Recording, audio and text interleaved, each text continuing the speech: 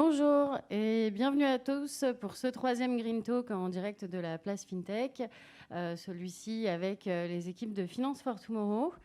On a installé nos intervenants aujourd'hui de manière à ce qu'ils aient un mètre d'écart et que du coup puissent ne pas avoir leur masque et procéder à ce geste mythique désormais. De retirer son masque. Le Green Talk de ce matin va se dérouler sur 1 heure et en 2 temps. Donc, dans un premier temps, on parlera d'impact avec Xavier Ploquin de Meridiam, Philippe Taffin d'Aviva et Pierre-Alix Binet de Finance for Tomorrow. Et ensuite, dans un deuxième temps, de 10h à 10h30, le sujet sera plutôt dirigé sur la transition juste avec Jean-Jacques Barberis d'Amundi qui rejoindra les intervenants.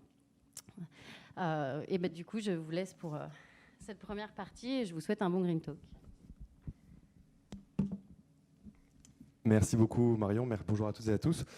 Un grand merci à la place FinTech de nous permettre d'organiser cet événement aujourd'hui. D'abord sur l'impact donc pour les 30 premières minutes et avec Jean-Jacques Barberis ensuite pour la transition juste. Donc lorsque la place FinTech a demandé à Finance for Tomorrow d'aborder les sujets liés à la finance durable, nous avons naturellement choisi de parler d'impact. C'est vrai, le terme impact est presque sur toutes les lèvres et de nombreux acteurs s'y positionnent désormais.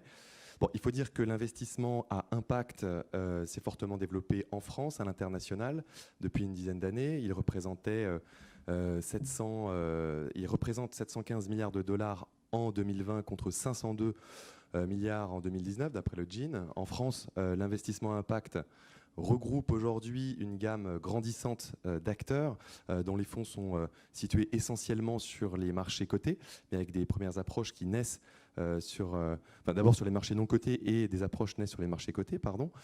Donc tout ça montre un fort appétit des investisseurs institutionnels et des particuliers, mais contribue à un éparpillement entre les pratiques et interroge sur la robustesse méthodologique derrière les logiques d'impact. Récemment, on voit que les superviseurs ont souhaité poser un cadre permettant d'éviter l'écueil de l'impact washing et renforcer la robustesse des engagements et des méthodologies proposées par les acteurs financiers concernant l'impact.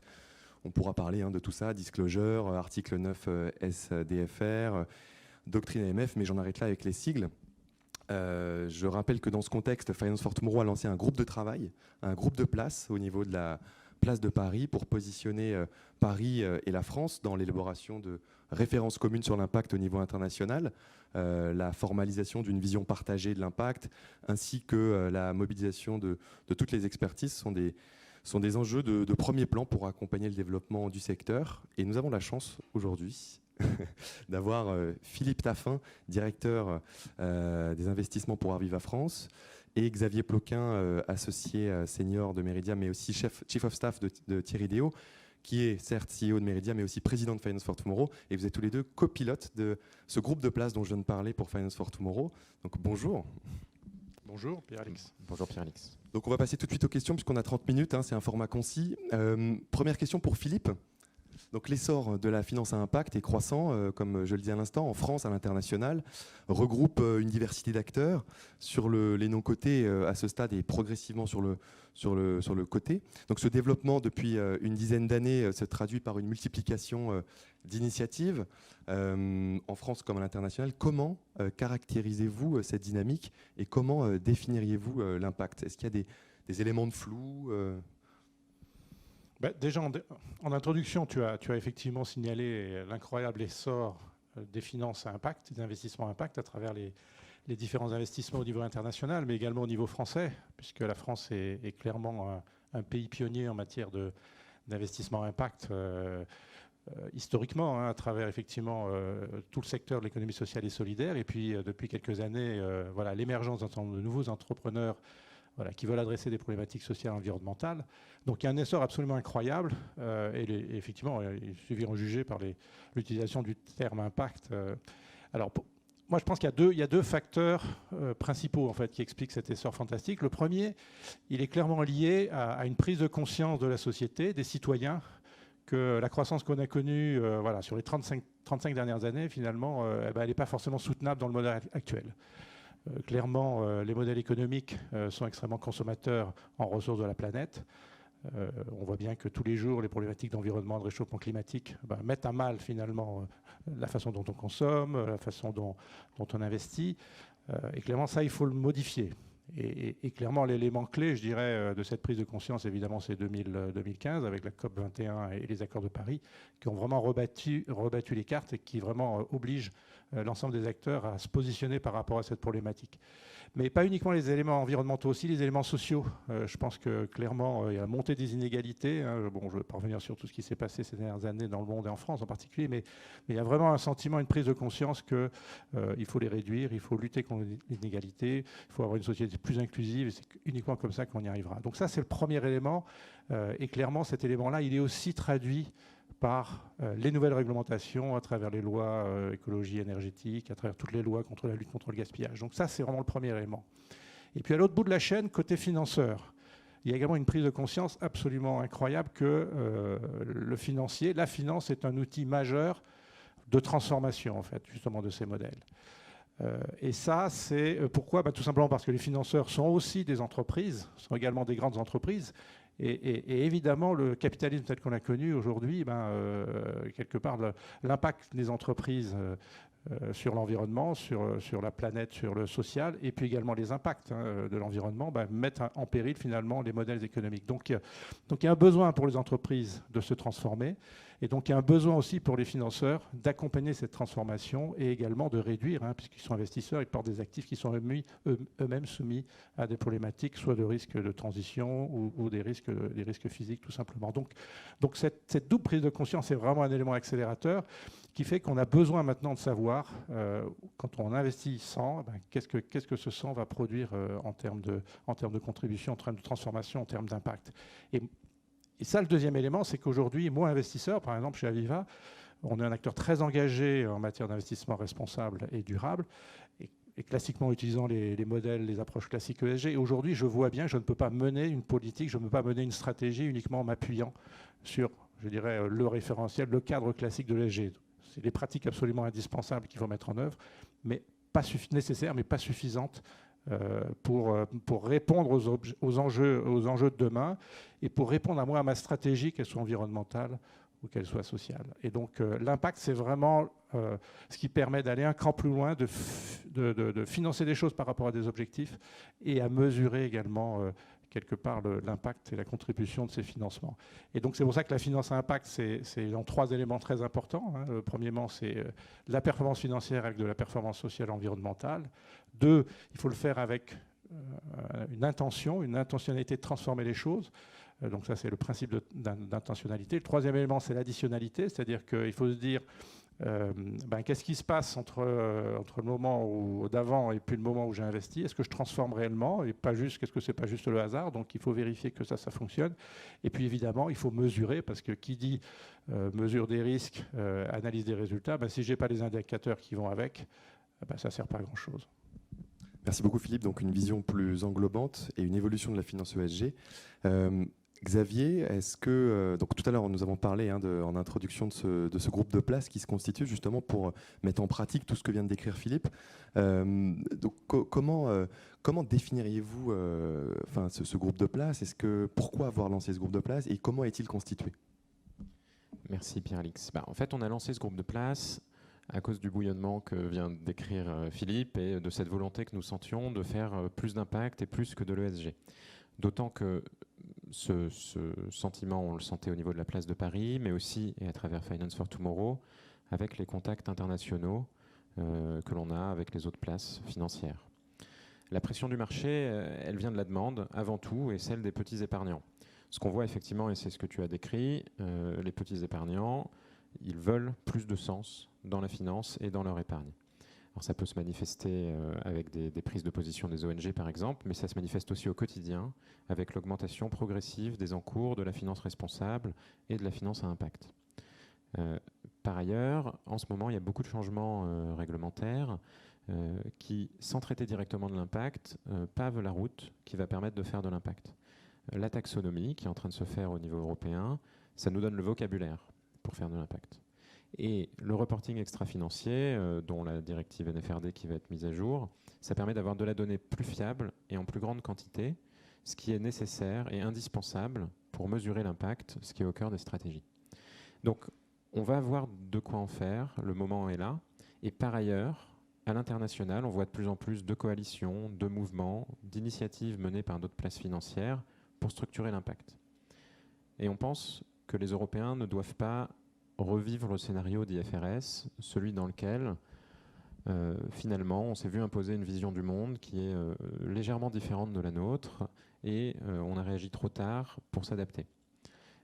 D'un point de vue de l'impact, les différences, elles ne sont pas seulement techniques, elles sont assez philosophiques au niveau international sur la manière de prendre en compte l'interaction de la finance avec l'environnement dans les deux sens, l'environnement sur la finance, mais aussi la finance sur l'environnement. C'est pour ça que finalement, notre perception de l'importance de l'impact, elle a rencontré au même moment la perception qu'avait le ministère de l'économie, qui veut faire de la finance à impact un atout national et un atout pour la place de Paris.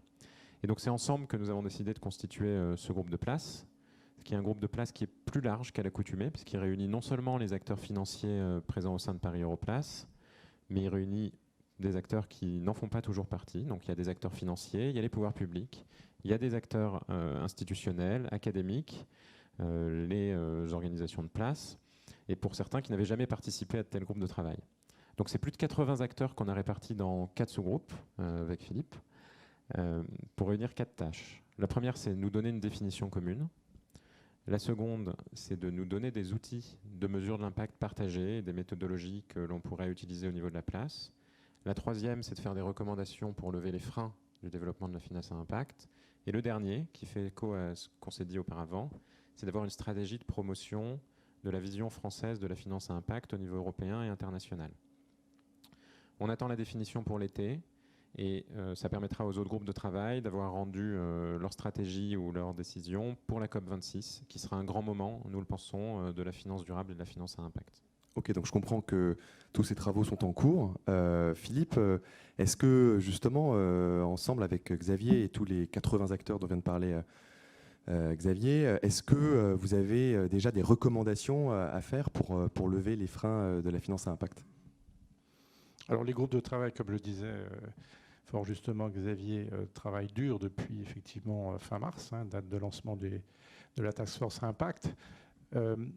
Et quelque part, la structure finalement de l'organisation du groupe de travail reflète un peu répondre en partie à ta question sur les freins. Je pense que le premier frein, et ça il est clairement identifié, et c'est la raison pour laquelle la question qu'on se pose toujours, et d'ailleurs qu'avait posée Augustin de Romanet lors de la dernière conférence organisée par la ministre en mars dernier, c'est qu'est-ce que c'est que la finance à impact ? Qu'est-ce que ça recouvre ? C'est quoi la définition ? Et donc je pense qu'un des freins principaux, alors même si aujourd'hui on a le groupe FIR France Invest, la mission CF2I ont beaucoup travaillé sur le sujet, mais je pense qu'il y a vraiment un besoin de se retrouver sur une définition. Qu'est-ce que ça recouvre ? C'est quoi les exigences minimum ?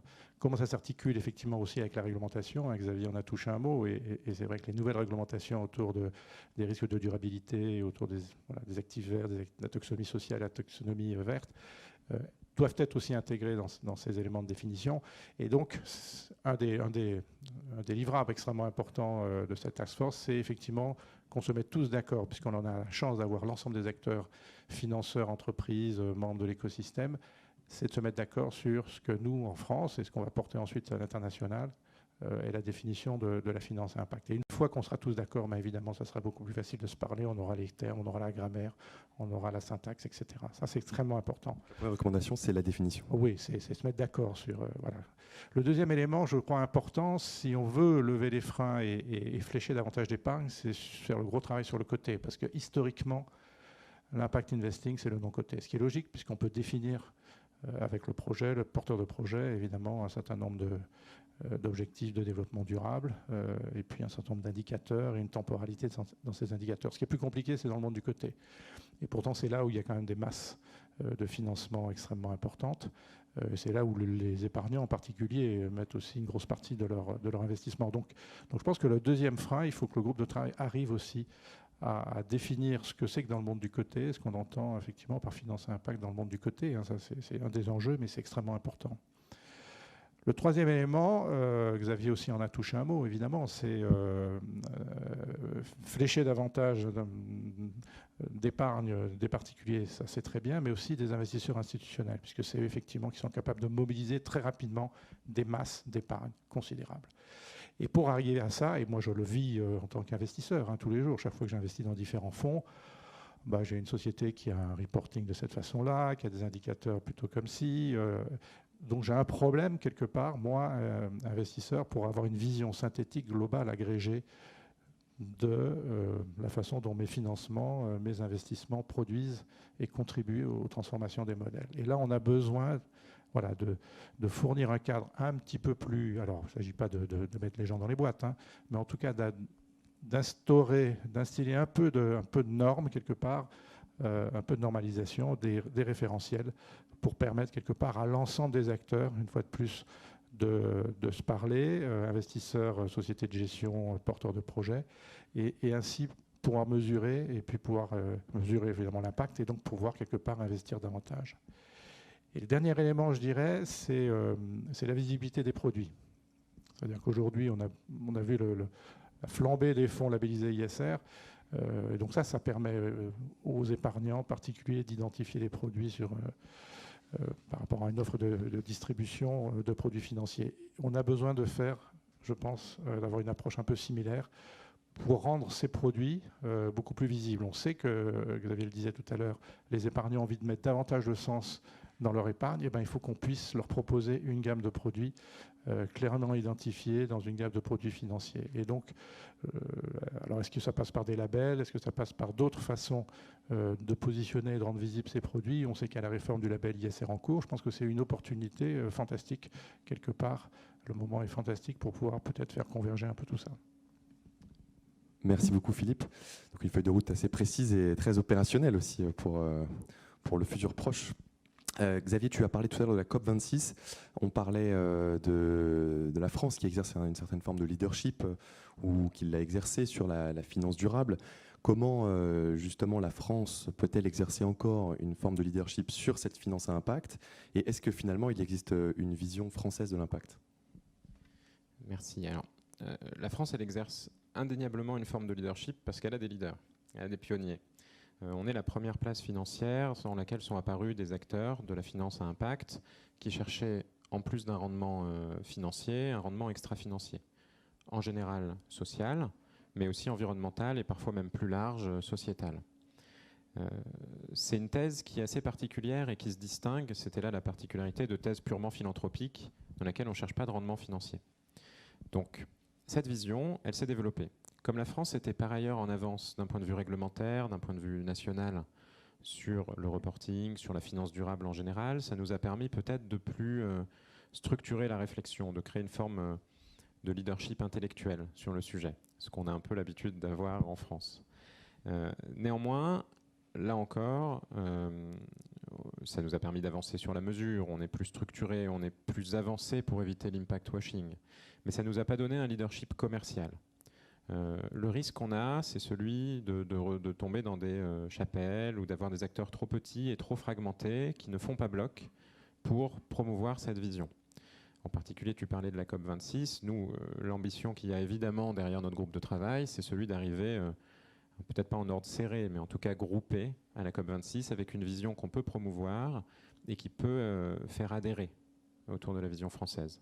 Parce que notre conviction, c'est que la finance à impact, un jour, c'est l'avenir de la finance. Et que à terme, les épargnants, ils demanderont à leurs banquiers un rendement financier, mais ils demanderont aussi un rendement extra-financier, des objectifs à atteindre. Ça, on ne veut pas le manquer.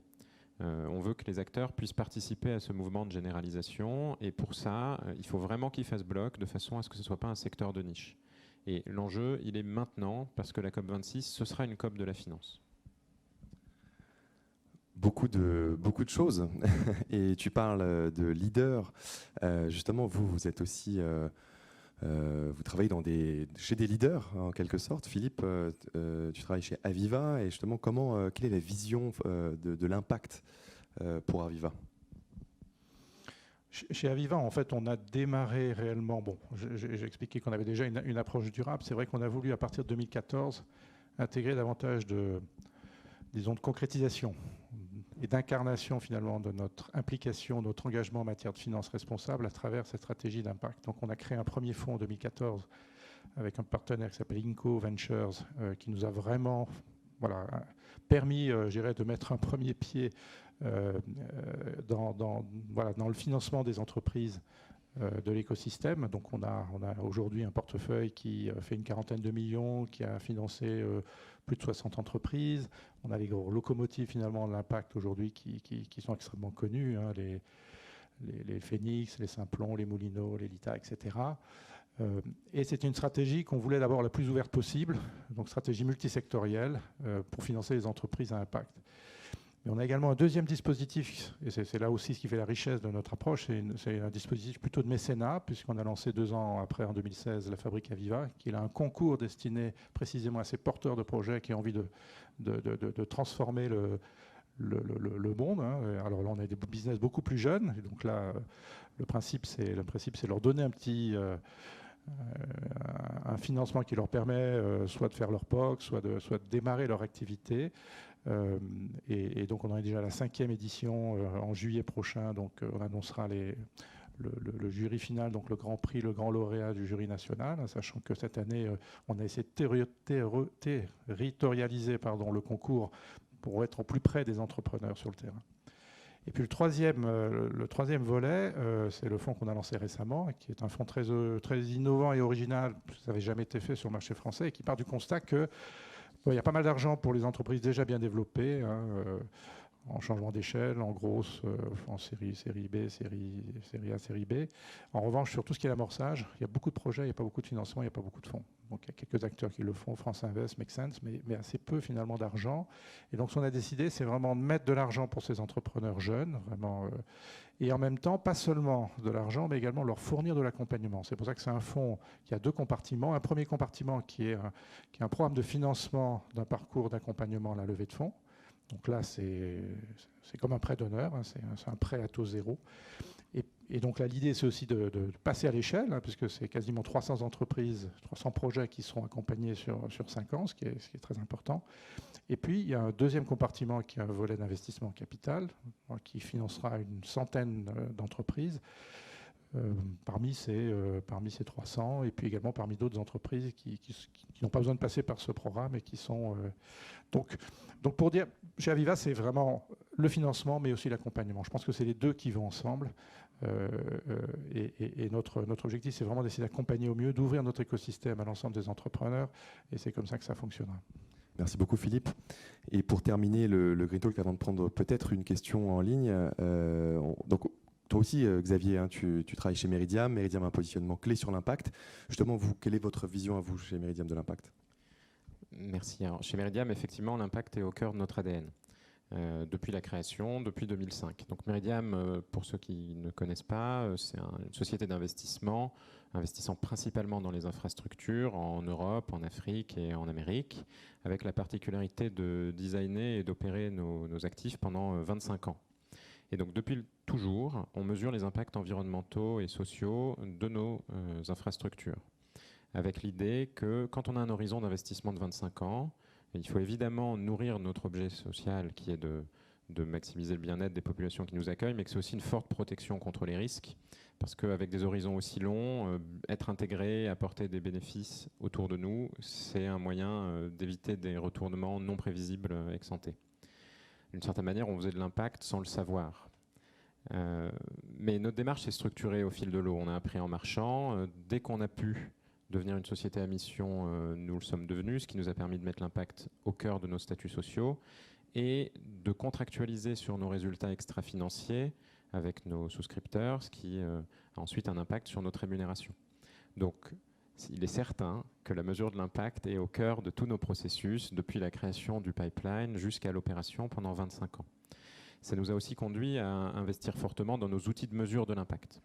On a créé un outil propriétaire qu'on partage avec notre écosystème qui mesure l'impact sur tous les critères environnementaux, sociaux de nos investissements de manière contextualisée, c'est-à-dire en les plaçant dans leur secteur, dans leur géographie, dans leur temporalité, parce que l'impact, ça se pense quelque part à un moment. Et si on veut sur une longue durée être toujours en train d'améliorer son impact, il faut en permanence se resituer par rapport à à l'environnement et au monde. Le cadre qu'on a choisi plus large, c'est celui des objectifs du développement durable de l'ONU. Et pour 3 raisons.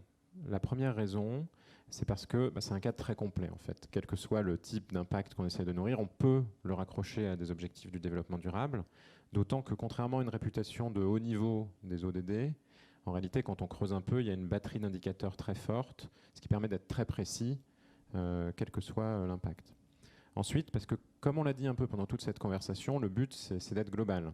Et les ODD, c'est un cadre qui est accepté par tous les pays du monde, qui fait partie des accords de Paris. Et donc, si on veut être reconnu partout dans le monde, les ODD, c'est un bon cadre. Et le dernier, c'est parce que ça nous permet de faire plus que simplement du bas carbone, ce qui est évidemment important. Mais quand on fait une autoroute, par exemple, en Afrique, il faut aussi penser à la biodiversité, il faut aussi penser à l'inclusion, aux emplois qu'on crée pour des milliers ou des millions de familles. Alors évidemment, donc ces 3 raisons, elles sont importantes. Ça demande d'être très sérieux sur la mesure de l'impact, sinon ce serait facile de faire de l'impact washing. Ça nous a conduit parfois à développer d'autres outils, par exemple pour mesurer la température de nos portefeuilles. Néanmoins, dans une démarche qui est la nôtre, dans laquelle on cherche à vraiment devenir un acteur important et à influencer la vision de l'impact, on pense que les ODD, c'est un moyen d'avoir cette vision globale. Et moi, j'encourage la plupart des acteurs qui ont une thèse d'impact à au moins voir comment ils pourraient l'intégrer dans ce cadre qui a le mérite d'être universel. Merci beaucoup. Je me tourne vers Marion de la place pour savoir si des questions apparaissent. Mais on arrive à la fin de toute façon de ce Green Talk.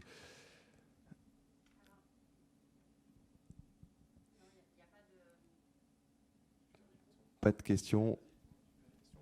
Alors, il n'y a pas de questions sur le YouTube. J'essaie de retranscrire en même temps les échanges pour les retardataires, mais on a 25 personnes connectées. Moi, j'ai une petite question. Les ODD, c'est effectivement universel. Ça couvre un champ large, mais c'est hyper vaste. Donc, à partir de là, comment est-ce que vous définissez des critères dans les ODD ou comment parce que je sais pas comment on peut s'appuyer concrètement sur les ODD après pour mesurer, parce que pour moi c'est très large. Est-ce que vous pouvez préciser un petit peu peut-être Alors, oui, effectivement, on ne vise pas tous les ODD, on la restreint au champ qui est pertinent pour un investisseur en infrastructure. On est en train de créer une activité de growth pour les PME dans laquelle on définit là aussi les ODD pertinents et les sous-objectifs que l'on va viser. Et on fait tout un travail en amont de la création de nos fonds pour sous-spécifier les objectifs que l'on va chercher à atteindre. Et on est amené aussi à raffiner certains des indicateurs qui parfois ne s'adaptent pas tout à fait au contexte. Mais le sens, c'est pas de se dire les ODD... et soyons dans une des cases des ODD parce que comme ça on fait de l'impact. C'est plutôt de se dire, si vous faites une théorie d'impact, une thèse d'impact, il y a un exercice intellectuel à faire pour voir comment il peut tenir dans un cadre qui fait que si vous parlez à un fonds américain, à un japonais, à un investisseur qui vient d'un horizon qui n'est pas exactement celui local dans lequel vous travaillez, il est capable d'appliquer cette grille lui aussi. Et pour nous qui avons ce temps d'investissement très très long, nous adressons à des acteurs qui sont dans le monde entier parmi nos souscripteurs, ce cadre permet de tout de suite être compris par nos investisseurs. Je vais juste rajouter un point. C'est vrai qu'on parle beaucoup de gestion institutionnelle, mais c'est vrai que pour le particulier, les ODD parlent. En tout cas, c'est un référentiel qui parle très facilement et directement à un investisseur particulier. Donc, c'est vrai que si on multiplie les référentiels qui pourraient être, d'un point de vue pur de l'investissement, peut-être plus précis, mais on risque de perdre effectivement l'investisseur particulier. Donc, c'est important d'avoir ce cadre-là. Merci beaucoup. Je pense qu'on peut clore là cette première partie du Green Talk avec Xavier Ploquin et Philippe Taffin. Merci beaucoup. Merci beaucoup.